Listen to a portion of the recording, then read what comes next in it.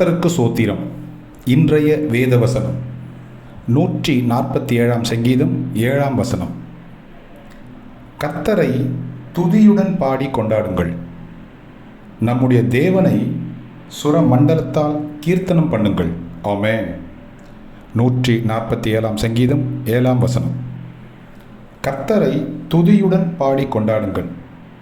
நம்முடைய தேவனை சுரமண்டலத்தால் கீர்த்தனம் பண்ணுங்கள். ஆமென். 147 சங்கீதம் 7 கர்த்தர் உங்களை ஆசீர்வதிப்பாராக, உங்களோடு கூட இருப்பாராக. ஆமென்.